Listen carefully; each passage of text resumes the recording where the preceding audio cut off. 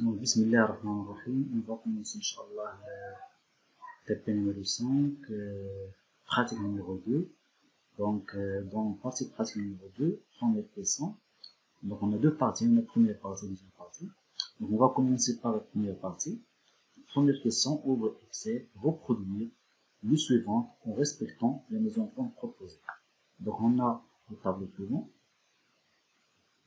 Donc, on va produire le même tableau dans le Microsoft Excel. Donc, j'ai déjà reproduire le même tableau dans la feuille Excel. Et on va passer maintenant dans la question suivante. Voilà. Donc, la question suivante, c'est insérer une nouvelle feuille de calcul. Recopier le tableau dans la feuille de calcul que tu as inséré.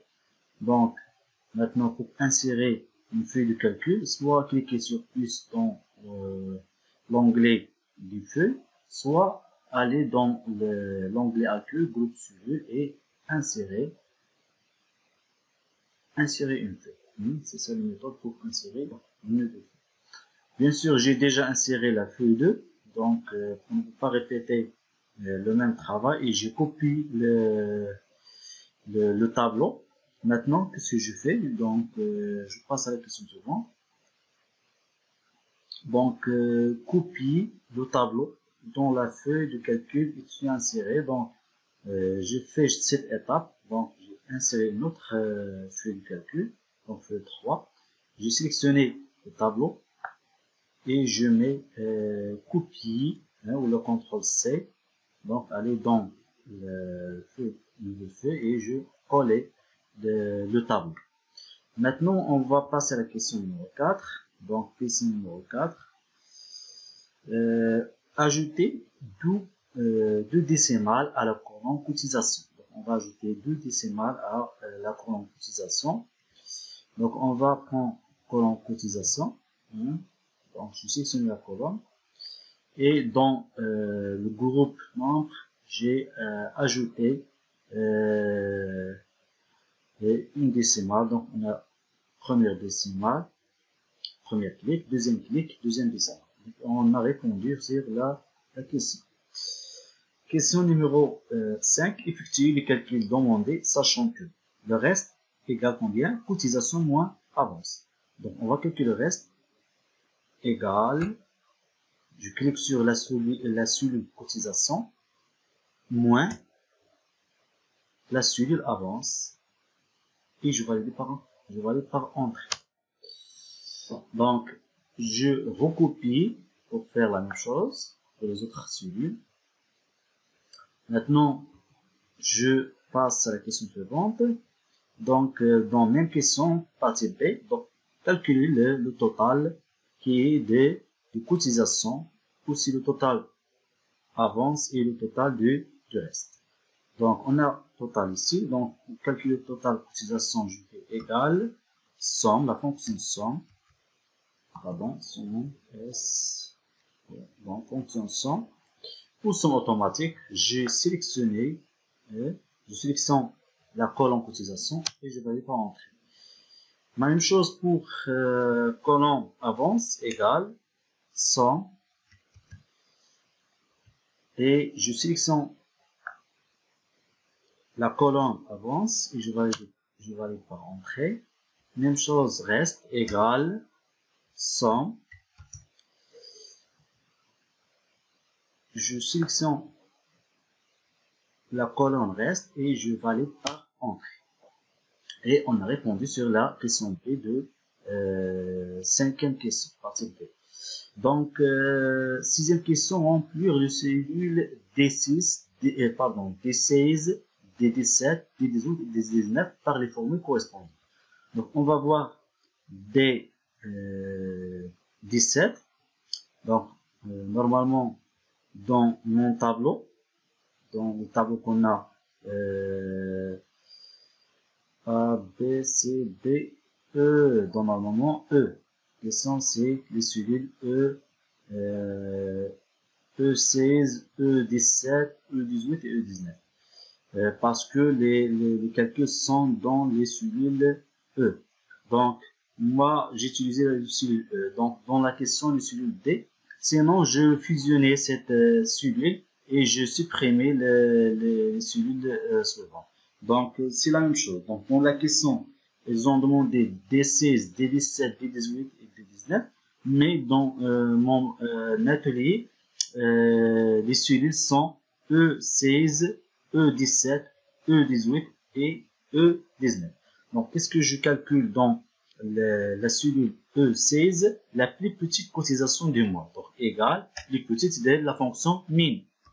Donc, min, le minimum, et je sélectionne la plage des cellules de cotisation. Et je valide par entrée. Donc, bien sûr, le minimum, c'est 150, c'est le plus petit cotisation du mois mars. Dans la question suivante, la plus grande avance. Donc, la plus grande, c'est la fonction max. Donc, max, colonne, bien sûr, où la plage cellule avance. Donc, je sélectionne la plage cellule avance et je valide par entrée. Donc, le maximum, c'est 150. La moyenne du reste. Donc, moyen, on utilise la fonction moyenne. Donc, moyen est égal moyen. Et je sélectionne la plage de cellule reste entrée. Le nombre de participants, donc j'utilise NP pour nombre de participants, donc NP, hein, et je sélectionne l'un des colonnes qui compose des nombres, parce que le nombre de participants, c'est le nombre des cotisations, le nombre des avances et le nombre de reste. Maintenant, je prends par exemple le colonne cotisation, je sélectionne le colonne cotisation et je valide par entrée, c'est-à-dire qu'on a 9 participants. La question numéro 7, affecter le nom mars à la feuille de calcul feuille 1. Donc, dans mon pratiquement, j'ai travaillé, le nom de la feuille de calcul, c'est feuille 3. Donc, je renommais cette feuille par le nom mars. Donc, soit vous avez deux méthodes, soit trois méthodes, soit double-clic sur la feuille 3, soit bouton droit renommé, soit aller dans le groupe cellule et dans format vous trouvez renommer la feuille. Donc il y a trois méthodes. Donc j'utilisais n'importe quelle méthode. Donc je mets bouton droit renommer et je renommais par mars.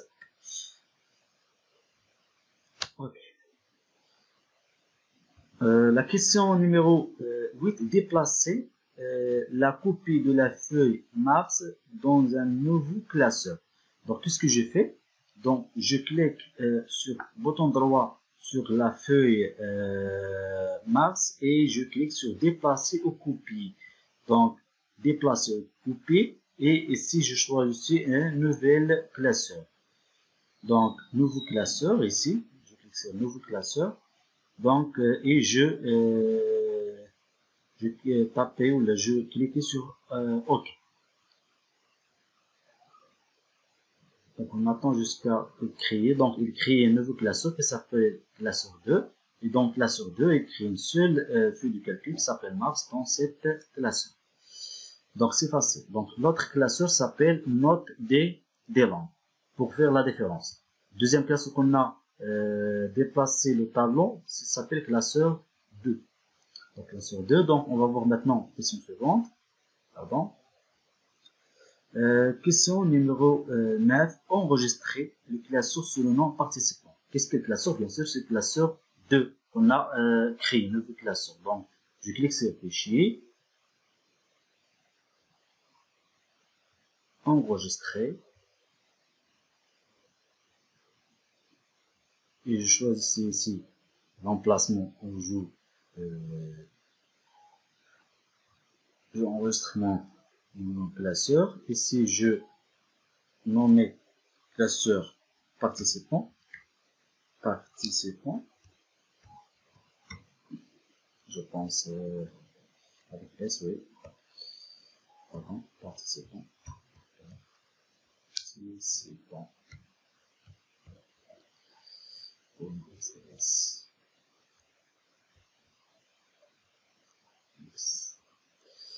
Et je mets dans le bureau. Donc, enregistrer. Et on a terminé la première partie.